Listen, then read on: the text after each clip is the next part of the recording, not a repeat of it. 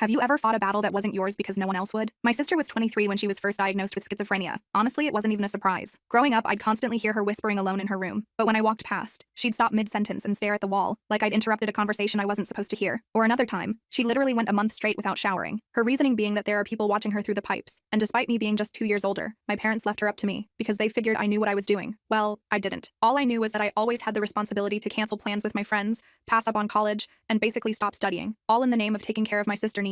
And don't get me wrong, it wasn't some bold act of selflessness. If it was up to me, then I would have just left her at home while I lived my life. But it was up to my parents, and if they ever caught me doing anything outside of Nina, they'd wail on me, yell at me for being a disappointment. So when I had finally saved up enough money for her to get diagnosed, my idiot parents were surprised. They genuinely had no idea, because by this point, they had literally found another home to live in. Meanwhile, we were stuck together in a 300-square-foot apartment, while I worked 70 hours a week at the local Chipotle just to make ends meet. It was simply too much. So I took her to a mental institution. With the help of an insurance plan, we got a pretty good deal. And even though Nina was a huge pain, I really did love her. So I made sure to sneakily interview the other patients, inspect every room, and even made sure she was happy with it before I left her there. I always visited her at least 5 times a week and brought her fresh blankets, new clothes, and her comfort items. She promised me that it was helping her get better, and that's when my parents found out about where she was. I still remember the call. "Can you put Nina on the phone?" my mom asked. I mean I would, but she's in Whitestone Institution. There was an audible gasp over the phone. "What kind of sister are you?" But I hung up before she could continue spewing her BS. It wasn't fair. I deserved to have a life too. And from there, I did. I spent the year getting my GED and managed to get a job that was almost double the pay of Chipotle. I got time to myself and even met the LOML, Eli, and Nina seemed happier than ever. One day when I visited her, I could tell there was something different about her. Her voice was relaxed, calm. "Chloe, I know no one ever told you this, but thank you for taking care of me. I was too messed up to say it back then, but I love you, and I'll never forget everything you've done for me." My vision blurred instantly. Tears fell before I could even stop them. I took both her hands, and we both just cried. "Thank you for paying to have me here. I think I'll be able to leave in a few months." For the first time ever, her voice made the future feel possible. I assured her that it was no problem, and she could take all the time she needed. Between work and Eli, I got really busy that week. It was literally the only time I missed more than a day of catching up with her. So when I showed up a week later, I came with fluffy socks, a new journal, and an expensive new lip balm. But she didn't accept my gifts, or my apology, because she wasn't there. An awful gut feeling instantly washed over me. I frantically interrogated all the staff members,